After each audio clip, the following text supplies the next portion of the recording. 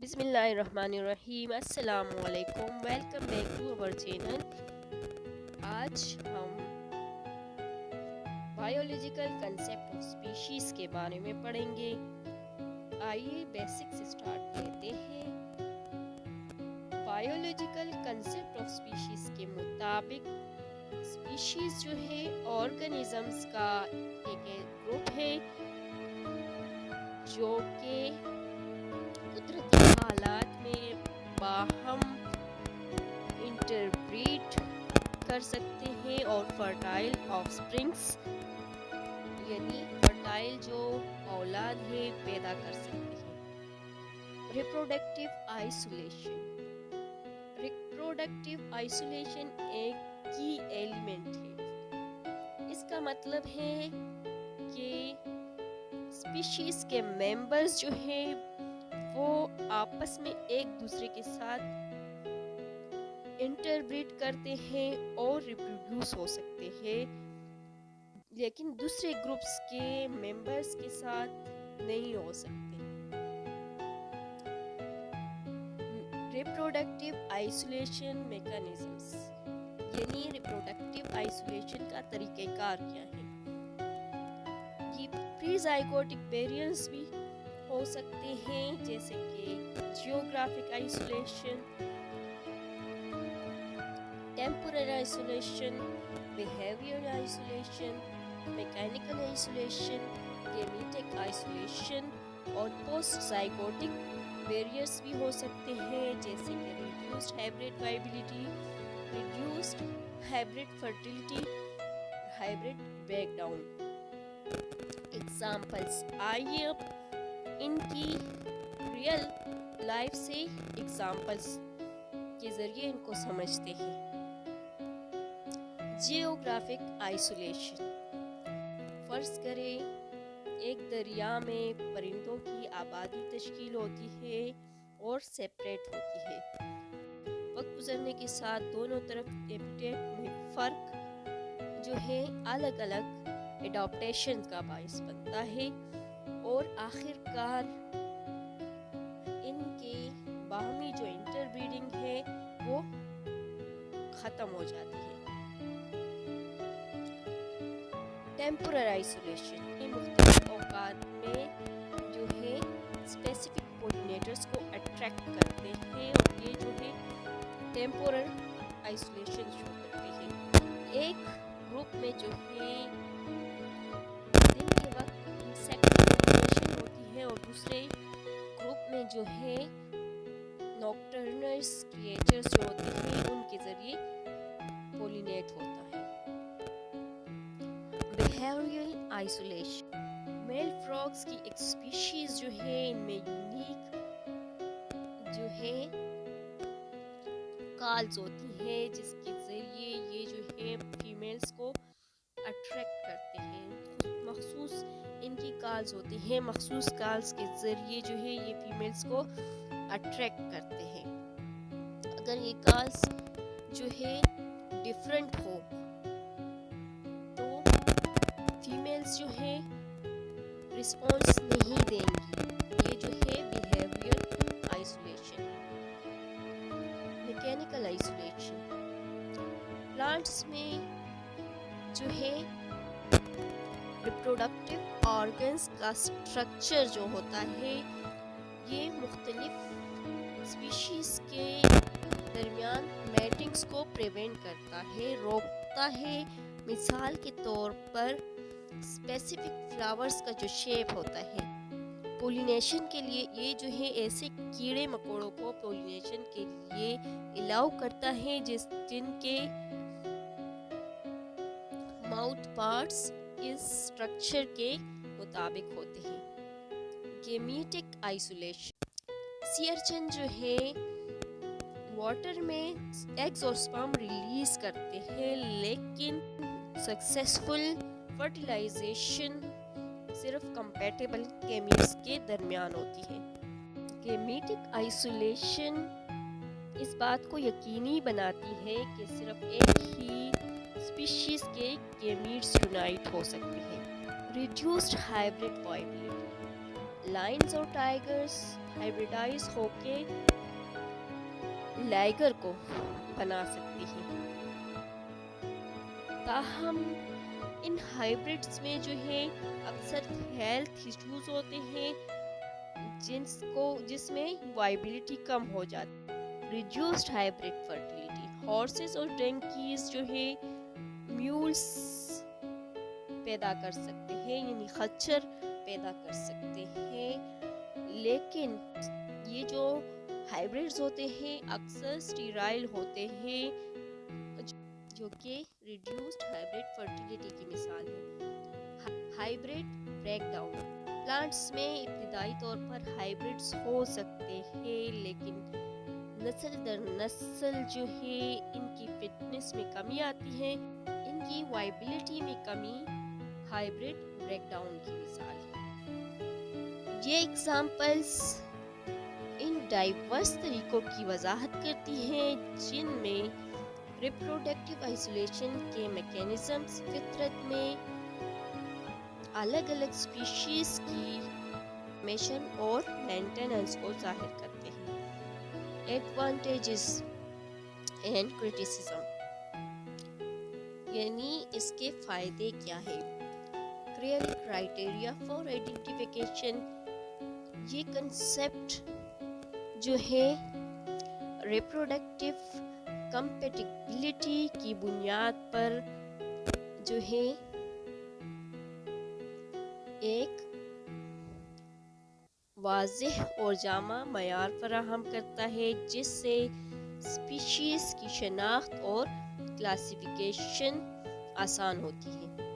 ایپلیکیبلٹی to sexual reproduction, sexually reproducing organisms میں reproduction کے دوران جینیٹک میٹیریل کا تبادلہ الگ الگ سپیشیز کی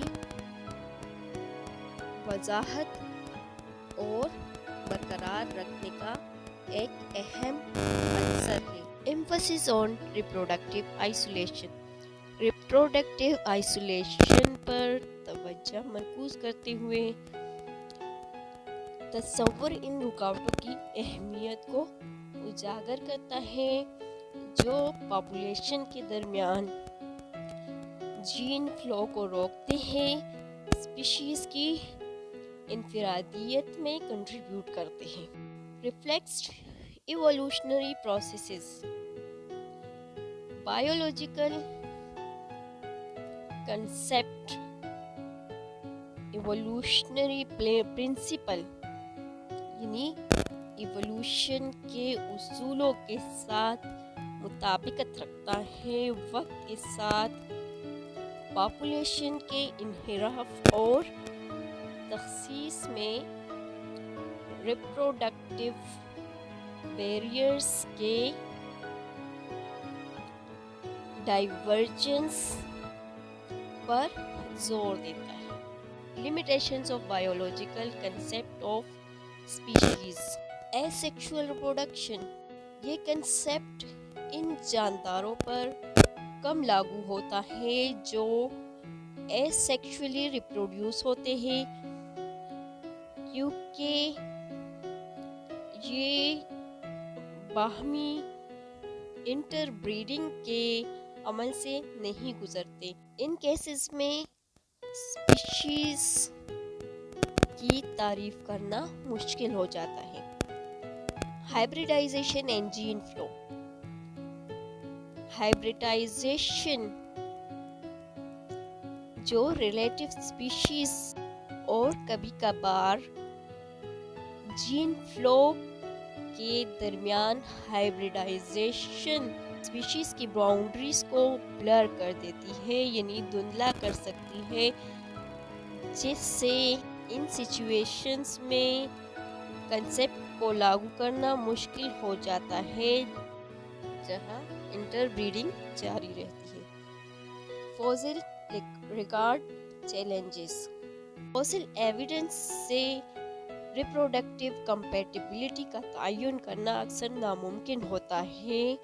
لمیٹنگ ایپلیکیشنز، ایکسٹنکٹ اسپیشیز کا مطالعہ کرتے وقت کنسیپٹ کے اطلاق کو محدود کرتا ہے۔ رنگ species and continuous variation. Continuous variation اور رنگ اسپیشیز کے معاملات میں جہاں پاپولیشنز